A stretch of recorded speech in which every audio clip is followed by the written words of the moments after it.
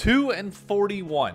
That is our cumulative record for the LCS against the LCK and the LPL since the beginning of 2022. That is including after Team Liquid got blasted last night by Top 3-0 in a very quick fashion, of which I'd say there were maybe about a cumulative total of 4 minutes of like moments where you actually felt like it was winnable within each individual game, like total for the entire series for Team Liquid. Yeah, it wasn't pretty. Jackie Love put Yawn in a body bag. APA played like crap in game 1, wasn't able to do anything in games 2 or 3. Impact didn't have that great of a series. Umti was invisible. Core JJ actually played decent, I will say that. But it's not like anybody on this team played ultimately all that well. They still lost bot lane together with Yawn like pretty badly. In terms of like the conversation around Team Liquid at MSI, it's literally just a waiting game at this point to see what they can do against Fnatic, assuming that Fnatic gets 3-0'd by Gen G. If they look better than that, then yeah, like the odds of us winning that series get slimmer and slimmer by the moment. So we're just waiting for that ultimate matchup against Europe, which has been the main talking point of this tournament from the start. We should realistically have never been able to beat the 2 seed or 1 seed from the LPL or LCK.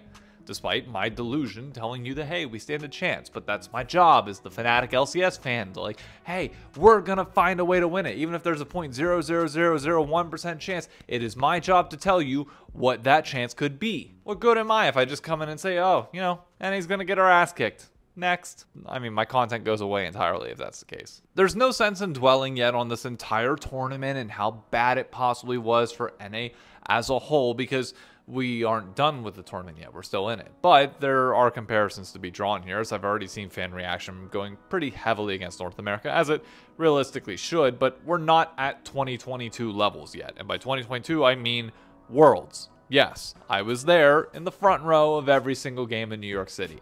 And it wasn't pretty. We lost every single game for 9 in a row, including to Europe, including to the PCS. We haven't lost to Europe yet this tournament. If we lose the series to Fnatic, then yeah, I would argue this is probably worse than MS or Worlds 2022. But until that point happens, no. Refuse to have that conversation, because I remember when we hit the panic button back in 2021, but then Cloud9 got out of groups via the miracle choke, and it kind of changed the narrative for the entire thing. So if we could go on to be Fnatic and make a run, then there's still some optics to be saved, at least a little bit. But I would expect, for the most part, we're not going to take a game against the LPL or LCK this entire tournament, so let's focus on that specific portion of it. And can we ever catch up? Well, it's the age-old question that we've answered 20 billion times on this channel, and I think the reality is starting to set in for people that yeah, we might just be a non-Power 5 conference in NCAA football going against the SEC at all times. We have inherent disadvantages that at this point I don't know what to tell you. I don't know how to solve them. I don't know how to get FlyQuest or Team Liquid to see their issues in their gameplay and fix them. That's not my job as a fan to understand how that works. All I know is about growing fandom, and I asked people today on Twitter, are the bad results at MSI going to impact your ability to watch the LCS? And votes were split. Dead even, 50-50, yes and no. Now, I did put middle ground options in there, so I think it is important to talk about those. The no's were heavily skewed towards absolutely not. It will not impact me in any way, shape, or form. I will be watching.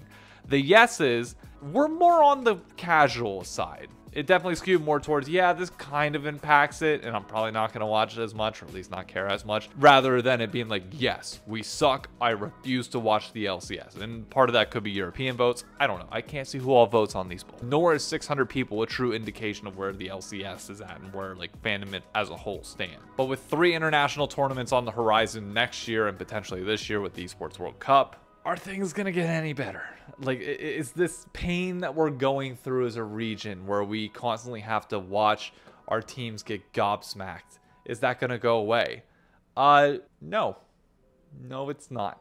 And honestly, I think LoL Esports just has to do a better job as a whole of distinguishing between the LCK and the LPL and everybody else. We shouldn't be getting some of the seeds that we're getting, and there should be more of a focus on the competition between the schools, or the schools, Jesus, I'm really thinking college football, the esports programs that are at similar strengths. In other words, most of Europe and North America and the PCS all in one group, the minor regions further down, and then the LPL and the LCK up top. That's your actual answer, because the truth is, we are a minor region. If your status as a major region is determined based on the relative strength of the LCK and the LPL, yeah, We are a minor region. And honestly, I'm going to start calling us that from now on, because I think the title fits. Does that mean that I give up faith in us, in North America as a whole? Fuck no, are you kidding me? I'm still hoping 100 Thieves can go to Worlds. I'd like to get my ass kicked by T1 there. But this history of results is not good.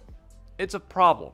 Riot knows it's a problem, and I'm curious to see what their solution is going to be, because it's not like we're going to be getting any better anytime soon. Our tier 2 system's in shambles. It seems like every time we bring over import players, the people that you're supposed to do well with on the international stage, they falter, but we don't have enough North American talent to really kind of push things up from there, or at least we don't have the reliance from general managers and coaches, and general managers and coaches would rather import than deal with North American players. At least the majority would, not all of them.